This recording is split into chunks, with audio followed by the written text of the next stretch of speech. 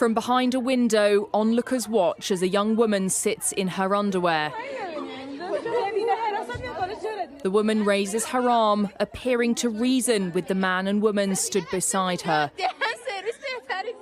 Named as Ahu Daryai, the footage appears to show the university student in an act of defiance against Iran's strict Islamic dress code.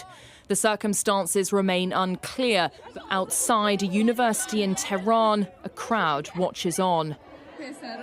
And as she walks on the far side of the road, she removes her underwear. University officials claim it's because she's mentally ill, but people who know her tell Sky News this is false. They've got her, onlookers say. In this video, it appears a person is put into a car before being driven away.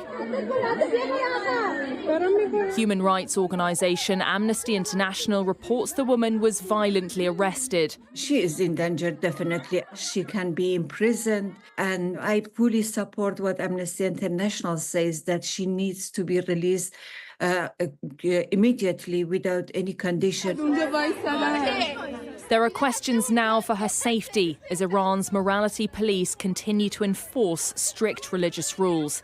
It's after Kurdish Iranian woman Mahsa Amini died in police custody in 2022. She reportedly wasn't abiding by compulsory veiling laws. The backlash public, with women setting fire to their hijabs in the biggest protest the regime has ever faced. For acts like these in Iran, what fate Ahu Daryai faces is unknown. A severe breach of the country's rules could prompt a similar level of punishment. Amelia Harper, Sky News. Well, tonight the FBI is closely monitoring election threats, including a series of bomb threats that were made across the country on this election day. Investigative reporter Bennett Haberly has been reporting on election security over the past few days. He's joining us now with what he's learned. Tell us about it, Bennett. Yeah, Stefan and Allison, video and pictures have been posted to social media showing police presence outside several polling locations. First thing to point out, though, that none of these threats appear to be credible. And that what we do know is that they did cause those disruptions on Election Day, with voting hours extended in some states. In Maricopa County, Arizona, officials there said this is a national and state trend we are seeing with bomb threats, adding that there was no credible information to the issue and it was cleared. But across the country, it was more of the same in Wisconsin, Michigan, Pennsylvania, and in Georgia, where voting hours were extended for 10 polling sites that were targeted by the threats. The FBI said Tuesday that it was aware of bomb threats at polling locations in several states, appearing to come from Russian email domains. But Russian state-owned media says the Russian embassy in the U.S. calls the accusations of interference in the U.S. election, quote, malicious slander. And while these bomb threats, again, have not been credible, it does point to a larger issue that these federal agencies like the FBI and the cybersecurity agencies have been talking about for weeks, which is that there will be attempts to disrupt and sow mistrust through misinformation in the American electorate. Allison? Hours before America votes for its new president on Tuesday, North Korea fired short-range ballistic missiles. Seoul's military called it Pyongyang's second launch in as many days. North Korea's latest action comes as a continuation of the escalation in tensions in the Korean peninsula. Japan said 7 missiles were fired. The tensions began after South Korea accused Pyongyang of sending 10,000 soldiers to help Russia fight Ukraine. Pyongyang denied its troop deployment even as it faces growing international pressure to withdraw its troops from Russia on Tuesday. Seoul warned that thousands of North Korean soldiers were being deployed to the frontline areas, including Kursk.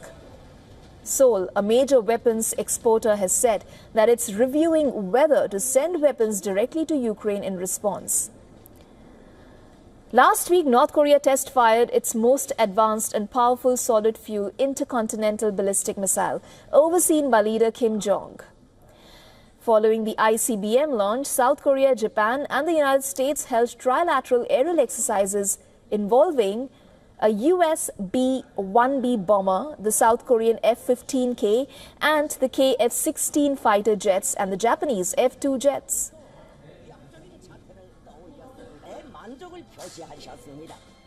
Pyongyang now calls its Tuesday missile salvo a response to these exercises.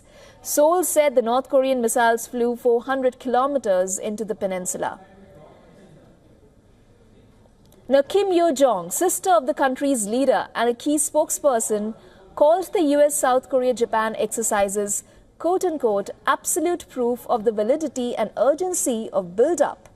The nuclear forces it has opted for and put into practice.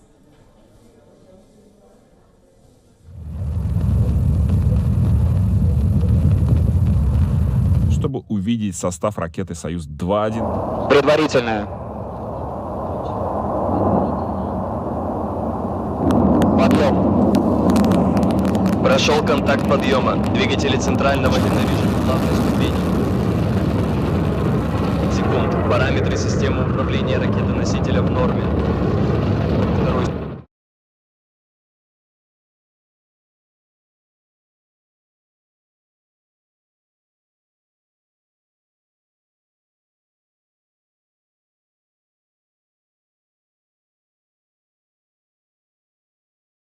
This morning, America is voting amid multiple international conflicts and crises, with the potential to send shockwaves around the globe. Former President Trump has vowed to end conflicts in Ukraine and the Middle East. I will restore peace in the world. While Vice President Harris just this week said, I will do everything in my power to end the war in Gaza. But how much America should intervene globally is on the ballot in this election. NBC News spoke to people in Tel Aviv. So it depends on American help for us. And Gaza. Hope to stop the war. Another pressing issue that will be in the new president's international inbox, North Korea, test-firing multiple ballistic missiles overnight. Kim Jong-un, who Trump last met in 2019, is now pictured alongside nuclear centrifuges and is sending troops to help President Putin. But American adversaries like Russia, Iran and China don't necessarily see eye to eye on what president they would want, according to an assessment by US open source analysts Filter Labs, which uses AI and experts to filter social media and government channels, shared exclusively with NBC News. What we've seen are three very different responses from China, Russia, and Iran. On the whole, Russia is very supportive of Trump. On the streets of Moscow last month, not everyone agreed. Trump said that he can solve the problem, the conflict between Russia and Ukraine in 24 hours. It is ridiculous. China may be the next president's greatest challenge, with Trump promising a minimum 60% tariff on Chinese imports and the ever-present threat of a Taiwan crisis.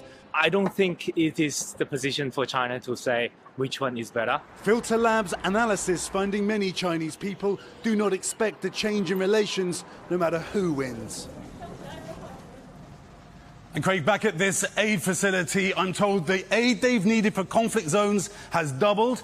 And take a look at that. The shelves are emptying as fast as they can fill them.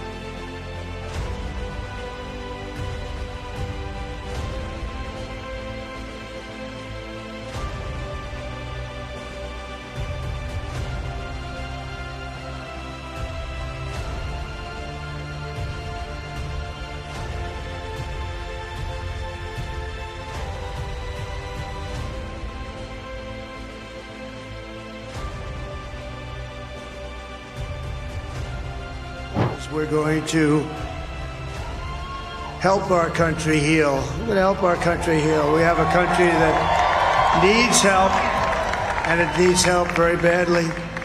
We're going to fix our borders. We're going to fix everything about our country. And we made history for a reason tonight, and the reason is going to be just clear that we've achieved the most incredible political thing. Look what happened. Is this crazy? I want to thank the American people for the extraordinary honor of being elected your 47th president and your 45th president. I will not rest until we have delivered the strong, safe, and prosperous America that our children deserve and that you deserve.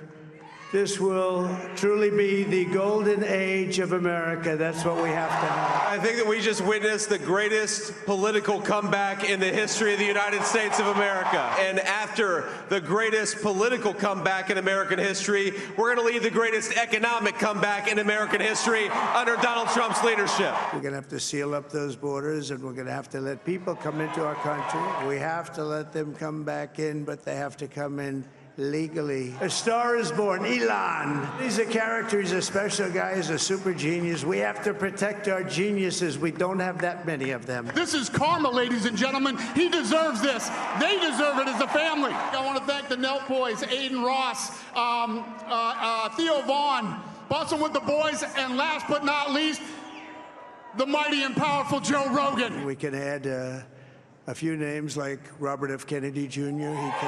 He wants to do some things, and we're going to let him go to it.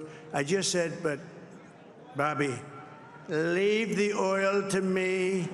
We have more liquid gold, oil and gas. We have more liquid gold than any country in the world, more than Saudi Arabia. We have more than Russia.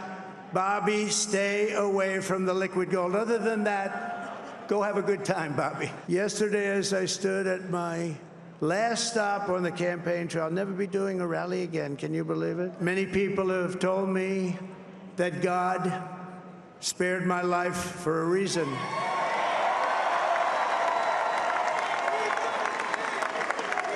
And that reason was to save our country and to restore America to greatness. And now we are going to fulfill that mission together. We're going to fulfill that mission. It's time to put the divisions of the past 4 years behind us. It's time to unite. And we're going to try. We're going to try. We have to try. And it's going to happen. Success will bring us together. I've seen that. So I want to just tell you what a great honor this is. I want to thank you. I will not let you down. America's future will be bigger, better, bolder, richer, safer and stronger than it has ever been before. God bless you, and God bless America. Thank you very much. Iran is threatening a strong and complex attack on Israel and the United States with more powerful weapons and warheads. The U.S. and both the U.S. and Israel are preparing for this potential strike. Chris Mitchell reports from Jerusalem. Saturday, Iran's Ayatollah Khamenei ramped up his threats against Israel and the United States. The enemies, be it the Zionist regime or the United States of America, will definitely receive a crushing response in return for what they are doing against the Iranian nation and the resistance front. An Iranian official also warned Iran may reconsider its nuclear doctrine if it faces an existential threat. He claims Iran has the ability to produce nuclear weapons, but is restrained by an Islamic ruling by the supreme leader. The Iranian threats follow Israel's attack in October that damaged Iran's ballistic missile production and destroyed much of its air defenses. That attack in response to Iran launching more than 180 ballistic missiles at Israel. The U.S. and Israel are making preparations. The U.S. CENTCOM commander meeting with Israeli military officials and visiting a U.S. defense battery sent here to bolster Israel's air defenses. The Pentagon also announcing it sent B-52s to the region. And on the border with Lebanon, Israeli Prime Minister Benjamin Netanyahu laid out the goals for its war with Hezbollah. With or without an agreement, the key to restoring the calm and security in the north, the key to returning our residents in the north safely to their homes is, first of all, to push Hezbollah beyond the Litani. In Gaza, Israel's latest intelligence assessments suggest 51 of the 101 hostages held in Gaza are still alive. Intelligence also suggests Hamas has murdered at least 27 hostages in captivity. Chris Mitchell, CBN News, Jerusalem. We may wake up the day after the election and be looking at, are we in a war? We need to take Iran seriously with these threats, and they're including us in the attack. They're saying we want to attack the United States of America. Let's believe them when they say that. Our military is pre-positioning assets, but we need to wonder, has Iran pre-positioned terrorists right in our own country, and will they rise up to strike based on orders coming out of Tehran? If there's ever a time to pray for our country, it's right now. The threats are truly around the globe, whether it's China threatening Taiwan, the war in Ukraine, the war in the Middle East, our divisions right here at home. Please, let's ask heaven to intercede, because in the natural, all of these things seem impossible, and all of them seem to be unsolvable problems. But there is a King of Kings who can solve anything. So let's ask him to help us.